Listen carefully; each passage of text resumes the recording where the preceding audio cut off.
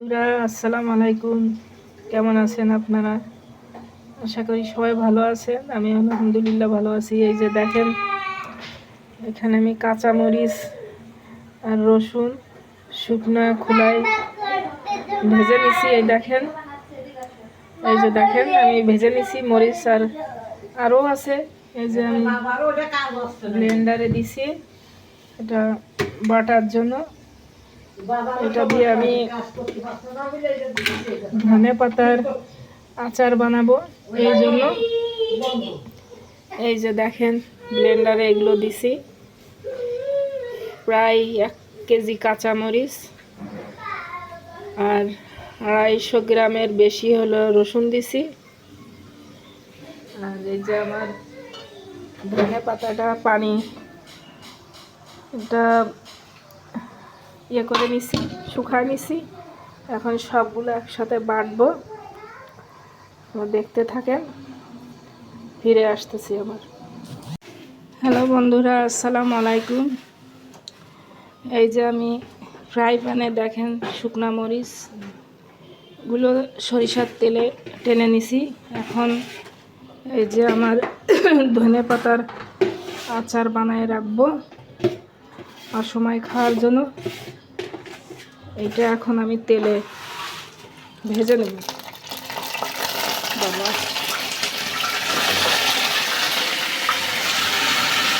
ধরেটা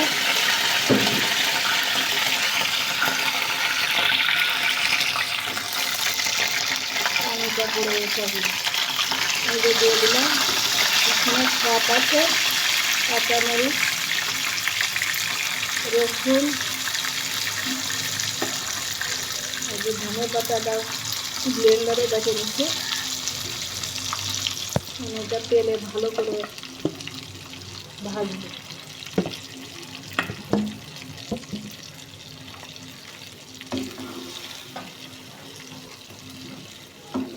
আমি এখানে পাঁচফোড়ন ব্যবহার করবো না, অনেকে পাঁচফোড়ন দেয়, আমি এখানে পাঁচফোড়ন দেব না। আমি ধনে পাতার যে নিজের একটা ঘ্রাণ আছে সেটা নষ্ট হয়ে যাবে পাঁচফোড়নে, এই জন্য আমি পাঁচফোড়ন দিইনি। আর এখানে আমি আস্ত রসুন দেইনি, সব বেটে নিছি একসাথে। এইটা একদম তেলের সাথে ভাজা ভাজা করে নেব। দেখতে থাকেন আপনারা, ফিরে আসতেছি আমি। হ্যালো বন্ধুরা, এই যে দেখেন আমার ধনে পাতার আচারটা হয়ে গেছে। একদম পুরো শুকায় ফেলছি, ঝরঝরা হয়ে গেছে, খুব সুন্দর শুকাইছে। এটা ফ্রিজে রাখার দরকার পড়বে না, আপনি বয়াম ভরে বাইরে রাখতে পারবেন। তবে এই যে আমি এখানে 250 গ্রাম সরষের তেল দিয়ে এটাকে এরকম শুকায় নিছি। এখানে আরও তেল লাগবে। তেলটা আমি আলাদা গরম করে নিয়ে, তেলটা যখন হালকা কুসুম কুসুম গরম থাকবে তখন ঢেলে দেবো। এটা কাচের বয়ামে রাখবো। এটা খিচুড়ির সাথে যে কোনো খাবারের সাথে খেতে পারবেন।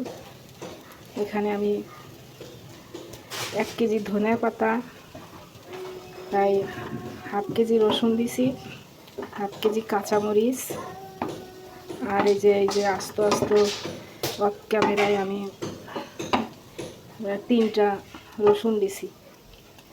এটা হয়ে গেছে দেখেন, খুব সুন্দর শুকাইছে। আমি চুলা বন্ধ করে দিছি।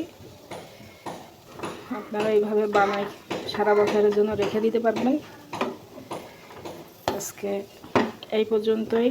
সব ভালো থাকবেন, সুস্থ থাকবেন। আল্লাহ হাফেজ। হ্যালো বন্ধুরা, এই যে দেখেন আমি কড়াইতে এই যে সরষের তেলটা গরম করে নিছি। এখন ঠান্ডা হয়ে গেছে, সামান্য হালকা কুসুম কুসুম গরম আছে। আর এই যে আমার ধনে পাতার আচারটা সম্পূর্ণ আমি কাচের বয়ামে ভরে ফেলছি। ভরাটা আপনাদের দেখায় নাই, এটা তো আপনারা জানেনই। এখন আমি এই সরিষার তেলটা দিয়ে দেব।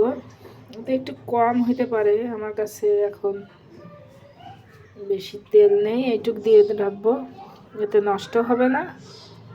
পরে তেল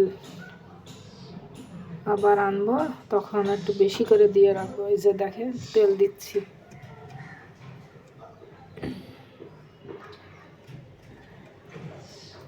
ভালোই হয়েছে, তেল বেশি কম হয়নি। দেখেন এই যে আমার ধনেপাতা আচারটা সম্পূর্ণ রেডি। এখন এটা আমি যখন ধনেপাতা থাকবে না, বাজারে থাকে, সেগুলো স্বাদ খুব একটা ভালো লাগে না। এখন শীতের সময় যে স্বাদ, ওই সময় অত স্বাদ লাগে না। এটা সম্পূর্ণ রেডি হয়ে গেছে। আপনারা এইভাবে বানায় রেখে দিতে পারেন। খিচুড়ি দিয়ে সবচেয়ে বেশি ভালো লাগে। আপনি ভাতের সঙ্গেও খেতে পারবেন। আমি এখানে অনেক ঝাল দিছি, প্রচুর ঝাল দিছি, এমন রসুন দিছি। দেখেন বুট বুট করতেছে, মনে হচ্ছে কি বল কাচ্ছে, তেল নিচের দিকে যাচ্ছে। আল্লাহ হাফেজ, আজকে এই পর্যন্তই।